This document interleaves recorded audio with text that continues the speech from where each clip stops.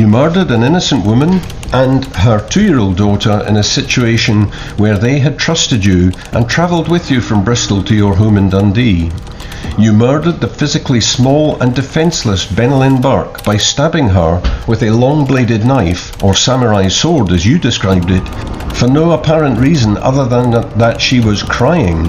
These are amongst the very worst crimes which have come before the High Court of Justiciary.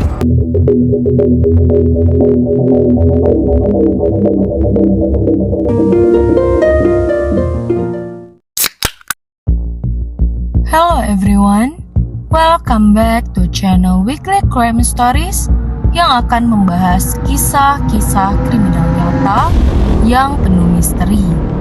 Bagi kalian yang menyukai kisah kriminal penuh misteri, jangan lupa klik tombol lonceng di bawah, subscribe channel ini, agar kalian tidak terlewat kisah yang penuh misteri berikutnya. Keluarga seorang wanita di Filipina dan putrinya yang dibunuh oleh seorang pembunuh yang kejam dan dikubur di bawah dapurnya telah mengutuk pembunuh tersebut sebagai kejahatan yang sesungguhnya. Ia Andrew Ines, berusia 53 tahun, menikam dan memukul Benelin Burke yang berusia 25 tahun hingga tewas dengan palu sebelum mencekik putrinya yang bernama Jelika. Mereka dibunuh di rumahnya di Dundee. Ayah Burke, Benedicto Aquino, telah menceritakan dalam sebuah dokumenter TV tentang pembunuhan tersebut bahwa ia yakin Ines pantas dihukum mati atas kejahatan yang sangat jahat ia lakukan. Sementara, saudara perempuannya, Sheila Aquino, mengatakan bahwa ia pantas membayar dosa-dosanya. Tuan Aquino berkata, polisi di Skotlandia yang memberitahu saya bahwa putri dan cucu perempuan saya telah dibunuh di Dundee. Kehilangan seorang cucu perempuan dan seorang putri adalah hal yang paling menyedihkan dan menyakitkan. Saya tidak dapat menerimanya. Apa kesalahan mereka? Mengapa mereka dibunuh? Itu sangat mengerikan dan menyakitkan bagi kita semua. Sebenarnya seluruh keluarga saya sangat terpukul. Selain kami yang berduka, kami mencintai anak kami Benelin. Kami tidak bisa mengatakan dengan pasti bagaimana perasaan kami saat ini, kecuali bahwa kami sangat sedih. Ketika ditanya tentang perasaannya terhadap Ines, ia menambahkan, saya pikir ia benar-benar jahat karena ia membunuh putri saya yang sangat baik dan cucu perempuan saya yang sama sekali tidak bersalah. Saya tidak mengerti bagaimana seorang bisa melakukan itu kepada dua orang yang tidak bersalah, terutama seorang anak kecil yang tidak bersalah. Jika Anda bertanya kepada saya, hukuman seumur hidup tidaklah cukup karena dia telah merenggut nyawa dua orang, ia seharusnya dijatuhi hukuman mati. Programmer perangkat lunak Ines yang bekerja di firma DMA Design dan Real Times Work di Dundee telah merayu Burke yang berasal dari Filipina dari Bristol ke Dundee setelah menargetkannya melalui situs web kencan pada Februari tahun 2021. Sebelumnya dia pernah menikah pada tahun 2018, tetapi pernikahan itu kemudian kandas. Setelah mengobrol dengan Ines, dia memutuskan untuk mengunjungi Skotlandia bersama Jelika. Ines datang menjemput mereka. Mereka dilaporkan hilang 2 minggu kemudian. Kakak perempuan Burke, Sheila Aquino, mengatakan bahwa saudaranya itu menikmati hidup di Inggris dan menantikan masa depan ketika dia mulai berbicara dengan Ines secara daring. Dia berkata, dia adalah orang yang sangat bertanggung jawab, terutama kepada keluarga dan anaknya. Dia selalu memastikan bahwa Jelika punya sesuatu untuk dimakan, bahwa dia aman, dan bahwa dia selalu dalam keadaan baik. Akhirnya, dia diberi tempat sendiri. Dia menelpon saya dan mengatakan bahwa dia sangat bahagia. Dia berkata, saya merasa sangat senang. Saya bisa melakukan ini. Saya tidak menyadari betapa senangnya perasaan ini. Saya merasa terbebas dari semua kesulitan yang telah saya alami. Namun, kebahagiaannya tidak berlangsung lama. Ines menyerangnya dengan palu saat dia menyiapkan makanan di dapur, memukul kepalanya beberapa kali sebelum menusuknya dengan pedang samurai yang diambilnya dari kantornya. Sekitar 3 hari kemudian, dia kemudian mencekik Jelika saat bermain petak umpet. Menurut pernyataan yang diberikan kepada polisi oleh gadis yang diperkosanya, gadis itu mengatakan kepada pengadilan bahwa Ines telah membayarnya setiap kali dia melakukan kekerasan seksual terhadapnya. Dia juga mengatakan bahwa Jelika telah dilecehkan. Polisi akhirnya mengetuk pintu rumah Ines setelah mengetahui bahwa mobilnya terlihat melakukan perjalanan ke Bristol dan kembali selama karantina wilayah, dan menahannya. Saat ditangkap, Ines ditanya, di mana Bu Burke dan Jelika berada? Lalu ia menjawab, ia ada di bawah lantai dapur, Jelika ada di bawah lantai bersama ibunya. Saya tidak bisa menjaga anak itu menjerit-jerit. Pasangan itu dikubur di bawah beton setebal beberapa kaki di dalam karung puing.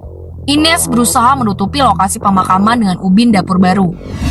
Mengenang kembali momen saat ia mengetahui pembunuhan itu, Sil berkata, saya sangat bingung, saya merasakan sakit yang amat dalam di hati saya saat mengetahui apa yang terjadi pada mereka. Saya tidak bisa makan, saya tidak bisa berpikir, saya tidak bisa berbuat apa-apa. Saya tidak percaya itu terjadi. Saat mayatnya ditemukan, kami masih ragu. Jadi polisi harus menunjukkan bukti DNA dan apapun, dan saat mereka mengirimkan dokumen itu kepada saya, barulah saya benar-benar percaya. Hal pertama yang ingin saya tanyakan kepadanya adalah, bagaimana ia bisa melakukan itu pada bayi yang begitu baik dan polos?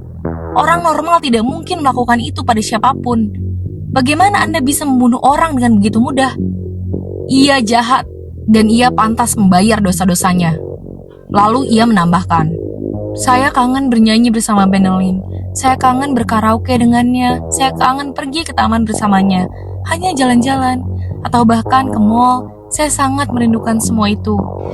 Pembunuhan di rumah Ines di Trun Avenue di Dundee itu menggemparkan negara itu karena bukti perbuatannya yang bejat dan jahat terungkap.